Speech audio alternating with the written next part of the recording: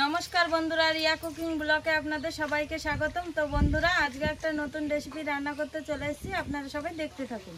তো বন্ধুরা, মা আর আমি রান্নাঘরে চলে এসেছি। তো এই দেখো, তোমাদের দাদাভাই বাজার থেকে চিংড়ি মাছ নিয়ে এসছে, আর ওইদিকে মোচা নিয়ে এসছে। মোচাটা মা ওইদিকে বেছে নেবে, আমি এইদিকে চিংড়ি মাছটা বেছে নেবো। আমি মোচাটা এখন ছাড়িয়ে নেব।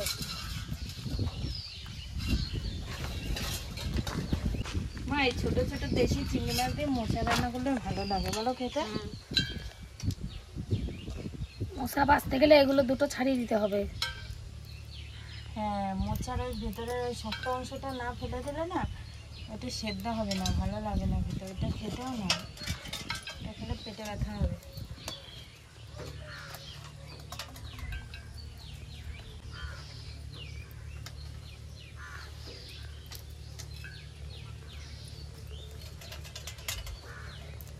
আজকে দেশি চিংড়ি মাছ এনেছে, দেশি চিংড়ি মাছ দিয়ে মোচা ঘন্ট রান্না করবো। বেশ মেঘলা মেঘলা ওয়েদারে বেশ ঠান্ডা ঠান্ডা হাওয়া দিয়েছে, খুব সুন্দর লাগছে।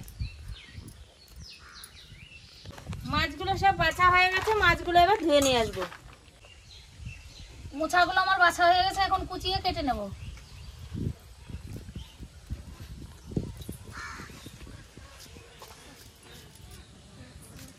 আমি টিউশন থেকে চলে এসেছি। ভালো হয়েছে, বসো।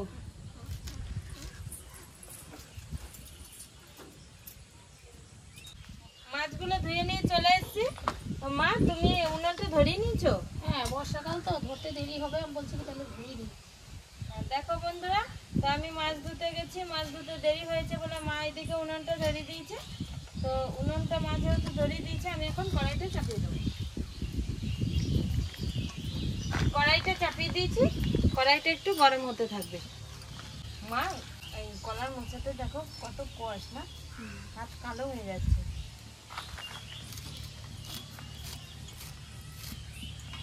মোচা সেদ্ধ করার জন্য কড়াইতে জল দিয়ে দেবো।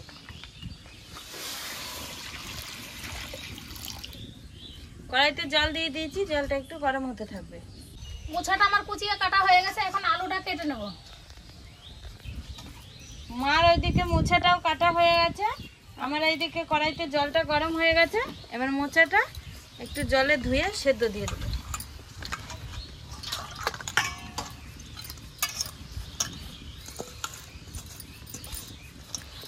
কলার মোচাতে এত কষ, দেখো জলটা পুরো কালো হয়ে গেছে।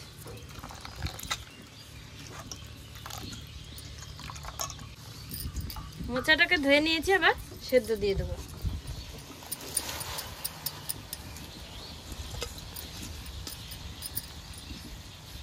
মোচাটা সেদ্ধ দিয়ে দিয়েছি, মোচাটা এখন সেদ্ধ হতে থাকবে। মোচাটা যেমন ছোট ছোট করে কেটে দিয়েছি, আলুটাও ছোট ছোট করে কেটে দেবো মোচার মধ্যে, তাহলে খেতে ভালো লাগবে।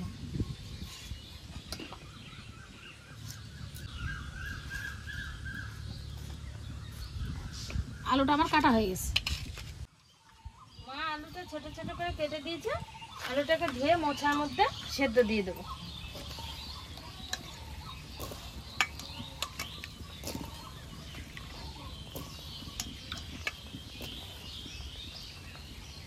আলুটা দিয়ে দিয়েছি, মোচাটা আলুটা একসঙ্গে সেদ্ধ করে নামিয়ে নেব। আমি এখন সামান্য আদা ছুলে নেব।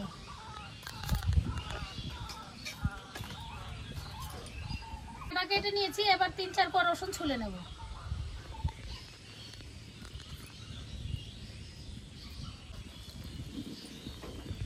মোচাটা সেদ্ধ হয়ে গেছে, এবার মোচাটা নামিয়ে নেব। মোচাটা নামিয়ে নিয়েছি। আমি এখন আদা রসুনটা বেটে নেব। অল্প অল্প মশলা তো একসঙ্গে, লঙ্কা জিরে সব দিয়ে মিক্স করে বেটে নেব।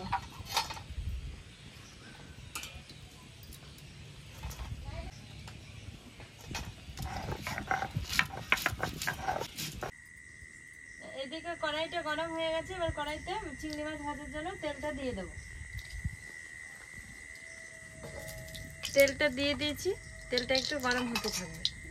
তেলটা গরম হয়ে গেছে, এবার চিংড়ি মাছগুলো ভেজে নেব।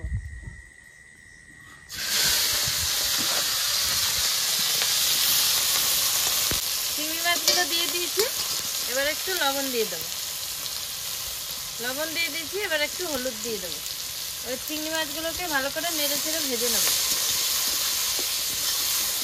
মা রান্নাটা আজকে বিকেলে বিকেলে দিলাম, তো দেখো রাত হয়ে গেল। বৃষ্টিটা এসে একবার ভঙ্গ করে দিল রান্নাটাকে, বলো। হ্যাঁ, ওই জন্যই তো তোকে বললাম সকাল সকালে যাই, তা তো হলো না। সকাল সকালেই তো এসেছিলাম, কি হাওয়া কি বৃষ্টি চলে এলো।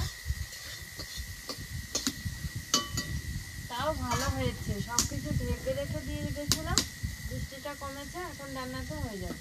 হ্যাঁ,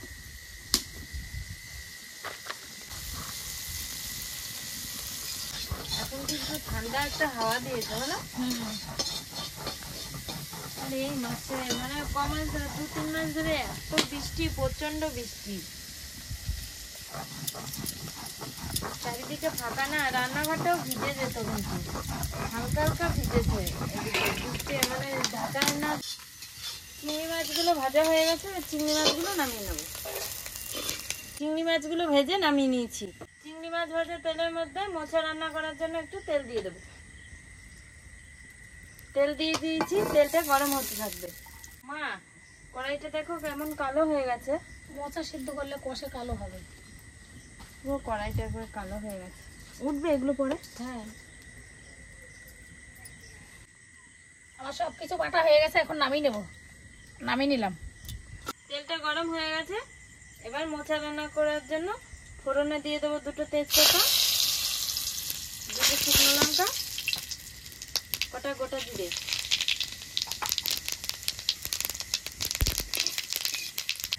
ফোড়ন দিয়ে দিয়েছি, এরপরে সেদ্ধ করে রাখা মোচাটা আর আলুটা দিয়ে দেবো একসঙ্গে। মোচা আর আলুটা দিয়ে দিয়েছি, এরপরে লবণ দিয়ে দেবো। লবণটা দিয়ে দিয়েছি, এবার হলুদ দিয়ে দেবো। হলুদ দিয়ে দিয়েছি, এবার একটু নেড়ে চেড়ে নেব।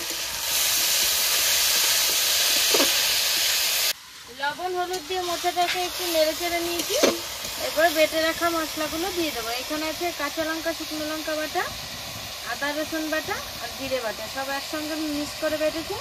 অল্প মশলা তো, তাই একসঙ্গে বেটেছে। বাটা মশলাটা দিয়ে দিয়েছি, এবার মোচাটাকে ভালো করে মশলা দিয়ে কষিয়ে নেব।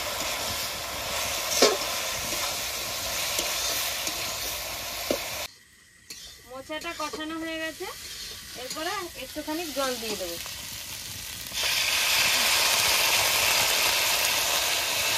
জল দিয়ে দিয়েছি, একটু নেড়ে চেড়ে এর উপরে চালের গুঁড়ি দিয়ে দেবো।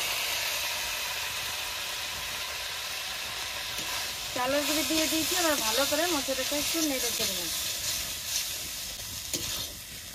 মোচাটাকে চালের গুঁড়ি দিয়ে ভালো করে নেড়ে চেড়ে নিয়েছি, এরপরে ভেজে রাখা চিংড়ি মাছগুলো দিয়ে দেবো।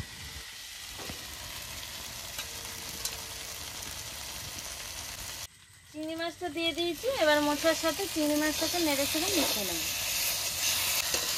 দেখো বন্ধুরা, মোচা ঘন্ট রান্না করেছি, কি সুন্দর মোচার সাথে চিংড়ি মাছের সাথে একবারে মিশে গেছে। মোচা ঘন্টটা রান্না করা হয়ে গেছে আমার, এবার মোচা ঘন্টটা নামিয়ে নেব। মোচা ঘন্টটা নামিয়ে নিয়েছি। তো বন্ধুরা, রান্না বান্না কমপ্লিট হয়ে গেছে, মা আর আমি ভাত বেড়ে নিয়ে খেতে বসে পড়েছি। তো এখন মোচা ঘন্ট দিয়ে ভাতটা খেয়ে নেব।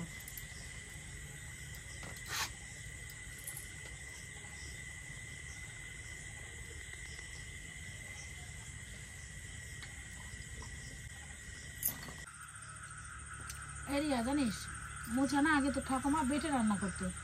আমি একদিন বলছি যে তুমি খালি মোচা বেটে রান্না করো কেন, কেটে রান্না করো। হ্যাঁ, বেটে রান্না করার চেয়ে কেটে রান্না করলে বেশি স্বাদ হয়। তো আজকের মোচাটা কিন্তু দারুণ হয়েছে না মা? বেটে রান্না করলে সেই মুসুরির ডালের মতন হয়ে যেত, ওগুলো ভালো লাগতো না। না দেখো, আজকে কেটে রান্না করা হয়েছে, তবু মোচাটা না কি সুন্দর গলেছে, মনে হয় বাটার মতনই হয়ে গেছে। কিন্তু কেটে রান্না করলে এটার টেস্ট বেশি লাগে।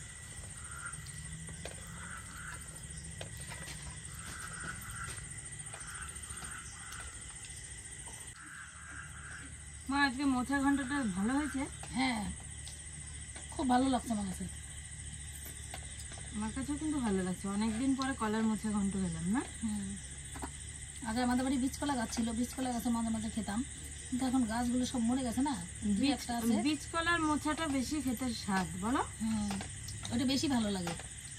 এটাও মনে হচ্ছে বীজ কলারই মোচা, অন্য মোচা হলে কিন্তু তেতো লাগতো। পাকা কলার মোচা তিতো লাগে। তো বন্ধুরা, আপনারাও একদিন বাড়িতে আমার মতো এরকম করে চিংড়ি মাছ দিয়ে মোচা ঘন্ট রান্না করে খেয়ে দেখুন, ভালো লাগবে খেতে। আমার কাছে তো ভালো লেগেছে। তো বন্ধুরা, আজকের ভিডিওটি আপনাদের কেমন লাগলো? আজকের ভিডিওটি আপনাদের ভালো লেগে থাকলে লাইক, কমেন্ট, শেয়ার করে আমাদের পাশে থাকবেন। আজকের মতো ভিডিওটি এখানেই শেষ।